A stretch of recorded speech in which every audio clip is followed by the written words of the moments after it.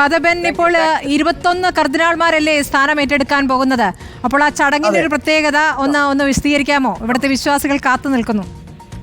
Okay, ഒത്തിരി സന്തോഷം. പ്രത്യേകിച്ച് ഈ വലിയൊരു ചരിത്ര സംഭവത്തിന് സാക്ഷ്യം വഹിക്കാനും അതിനെക്കുറിച്ച് പ്രേക്ഷകരോട് സംവദിക്കുവാനും കിട്ടിയ അവസരത്തിന് ഒത്തിരിയധികം നന്ദി.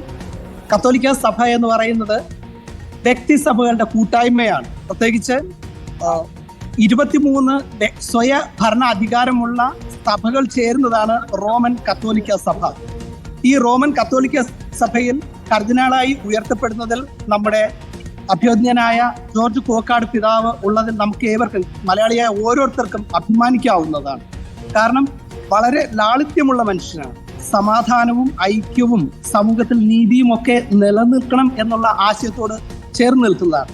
പ്രത്യേകിച്ച് ഈ ദിവസത്തെക്കുറിച്ച് പറയുമ്പോൾ കർദിനാളന്മാരാണ് പോപ്പിനെ തിരഞ്ഞെടുക്കുന്നത്. അതുപോലെ തന്നെ പോപ്പിന്റെ ഉപദേശക സമിതിയിലെ അംഗങ്ങളാണ് ഈ കർദിനാളന്മാർ. ഇതിനെ ഇംഗ്ലീഷിൽ കൺസിസ്റ്ററി എന്നാണ് പറയുന്നത്. ഇപ്പോൾ 2024 ഈ കൺസിസ്റ്ററിയിൽ അത് 2 തരത്തിലുണ്ട്, എക്സ്ട്രാ ഓർഡിനറിയും ഓർഡിനറിയും.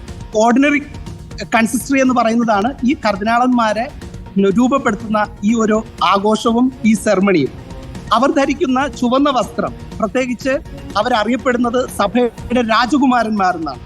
രക്തം ചിന്തിക്കൊണ്ടും സഭയുടെ വിശ്വാസത്തിനും സമാധാനത്തിനും നീതിക്കും വേണ്ടി നിലകൊള്ളുവാൻ അവർ ബാധ്യസ്ഥരാണ്. അങ്ങനെയുള്ള ഒരു ഉത്തരവാദിത്വം കൂടെ ഏറ്റെടുക്കുകയാണ്. സഭയുടെ ഔദ്യോഗിക ഭാഷയായ ലത്തീനിൽ അതിനെക്കുറിച്ച് പറയുന്നത്, സഭാ നിയമത്തിൽ പറയുന്നത് ഇൻ ബോണും ഓമിനിയും എക്ലേസ്റ്റിയാരും. അതിന്റെ അർത്ഥം എന്ന് പറയുന്നത് ഒരു പൊതു നന്മയ്ക്ക് വേണ്ടിയിട്ട്, സഭയുടെ ആഗോള നന്മയ്ക്ക് വേണ്ടിയിട്ട് നിലകൊള്ളുക എന്നുള്ളതാണ് അവരുടെ ഉത്തരവാദിത്വവും ദൗത്യവും.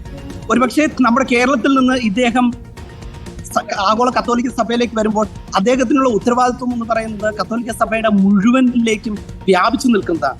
അദ്ദേഹം നമ്മുടെ മാത്രം ഒരു പിതാവായി മാത്രമല്ല, ലോകത്തിന്റെ തന്നെ പിതാവായി മാറുകയാണ്. കാരണം അത്തരത്തിലുള്ള ഒരു വലിയൊരു ഉത്തരവാദിത്വമാണ് അദ്ദേഹം ഇന്നു മുതൽ ഏറ്റെടുക്കാൻ പോകുന്നത്. തീർച്ചയായിട്ടും ഫ്രാൻസിസ് പാപ്പായോട് ചേർന്ന് നിന്നുകൊണ്ട് അദ്ദേഹത്തിന്റെ അപ്പോസ്തലിക യാത്രയ്ക്ക് നേതൃത്വം കൊടുക്കുന്ന വലിയൊരു ഉത്തരവാദിത്വം കൂടെ അദ്ദേഹത്തിനുണ്ട്. അതുകൊണ്ട് തീർച്ചയായിട്ടും നമ്മുടെ ഇന്ത്യയിലേക്ക് നമുക്ക് പ്രതീക്ഷിക്കാം. അദ്ദേഹത്തിന്റെ അജപാലന ദൗത്യം, ഈ പ്രേക്ഷിത ദൗത്യം ഏറ്റവും അനുഗ്രഹപ്രദമാകട്ടെ എന്ന് പ്രാർത്ഥിക്കുന്നു. നിങ്ങളുടെ എല്ലാവരുടെയും പ്രാർത്ഥനയും ആശംസകളും എന്നും എപ്പോഴും നമ്മുടെ ജോർജ് പിതാവിനോട് കൂടെ ഉണ്ടാകണമെന്ന് ആഗ്രഹിക്കുന്നു, പ്രാർത്ഥിക്കുന്നു. അദ്ദേഹത്തിനും എല്ലാവിധ ആശംസകളും നേരുന്നു. ശരി ഫാദർ ബെൻ, എന്തായാലും ആ ചടങ്ങിന്റെ സമയത്ത് ഞാൻ ഒരിക്കൽ കൂടി നിങ്ങളിലേക്ക് എത്താം. ചടങ്ങ് ഉറപ്പായിട്ടും അതിന്റെ കൂട്ടത്തിൽ ഒരാളും കൂടെ ഉണ്ട്, നമ്മുടെ യൂത്ത് കോൺഗ്രസിന്റെ നേതാവ്, സംസ്ഥാന ജനറൽ സെക്രട്ടറി സോയ ജോസഫ് കൂടെ ഉണ്ട്. ഓക്കെ സോയ, നമുക്ക് ചർച്ചകളിലൊക്കെ അതിഥിയായി വന്നിട്ടുണ്ട്. എന്റെ ചർച്ചയിൽ തന്നെ വന്നിട്ടുണ്ടെന്ന് തോന്നുന്നു സോയ, അല്ലേ? അതെ. സോയ, എന്താണ് അവിടുത്തെ ഒരു അനുഭവം, പറയാമോ?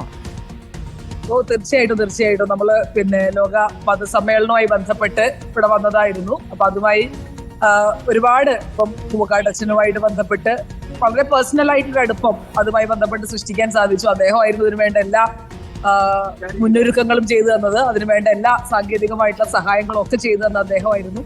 അപ്പൊ അതുകൊണ്ട് തന്നെ വളരെ അടുപ്പമുള്ള ഒരാളുടെ ഇപ്പം ഒരു ആഗോള കത്തോലിക്ക സഭയുടെ ഏറ്റവും പരമോന്നതമായിട്ടുള്ള ഒരു വലിയ പദവിയിലേക്ക് തന്നെ മലയാളിയായ ഒരാൾ എത്തുന്നു എന്നുള്ളത് നമ്മളെയൊക്കെ സംബന്ധിച്ചത് ജാതി മത വർഗഭേദമന്യേ എല്ലാവരെയും സംബന്ധിച്ച് വലിയ അഭിമാനകരമായിട്ടുള്ള ഒരു കാര്യമാണ്. ഒരു വളരെ ഒരു സഭയുമായി ബന്ധപ്പെട്ടോ അല്ലെങ്കിൽ കേവലം ക്രിസ്ത്യാനിറ്റി എന്ന് പറയുന്ന ഒരു കമ്മ്യൂണിറ്റിയുമായി ബന്ധപ്പെട്ടോ മാത്രം സംസാരിക്കേണ്ട ഒന്നല്ല. കാരണം ഒരു ലോക മാനവികതയുടെ അടിസ്ഥാനത്തിൽ നിന്നുകൊണ്ട് മുഴുവൻ മനുഷ്യരെയും ഒന്നായി കാണാൻ പഠിക്കുക എന്ന് പറയുന്ന വലിയൊരു സങ്കല്പത്തിലേക്കാണ് ഇത്തരത്തിൽ നമ്മൾ പോകുന്നത്. കാരണം അദ്ദേഹത്തിന്റെ ഏറ്റവും വലിയൊരു പ്രത്യേകതയായി പറയുന്നത് അദ്ദേഹം എല്ലാ സമയത്തും മനുഷ്യരോട് ചേർന്ന്, കാരണം ഇതൊരു വലിയ ഒരു പദവി എന്ന് പറയുന്നത് നിങ്ങളുടെ ജീസസ് ക്രൈസ്റ്റ് പറഞ്ഞിട്ടുള്ളത് പോലെ തന്നെ നിങ്ങളിൽ ഏറ്റവും ഉയർന്നവനാകാൻ ആഗ്രഹിക്കുന്നവൻ നിങ്ങളുടെ എല്ലാവരുടെയും സേവകനായിരിക്കണം എന്ന് പറയുന്നതിന്റെ വലിയൊരു മാതൃകയാണ് യഥാർത്ഥത്തിൽ അച്ഛനിൽ നിന്നും പിതാവിൽ നിന്നും ഒക്കെ നമുക്ക് കാണാൻ സാധിച്ചിട്ടുള്ളത്. കാരണം നമ്മൾ അപ്പൊ തീർച്ചയായിട്ടും അതൊരു വലിയ അനുഭവമായിട്ട് തന്നെയാണ് നമ്മൾ മനസ്സിലാക്കുന്നത്. ശരി സോയ, എല്ലാവർക്കും ആശംസകൾ. ആ ചടങ്ങുകൾ മുഴുവൻ വീക്ഷിക്കുക, തത്സമയം ഞങ്ങൾക്ക് വിവരങ്ങളും നൽകുക.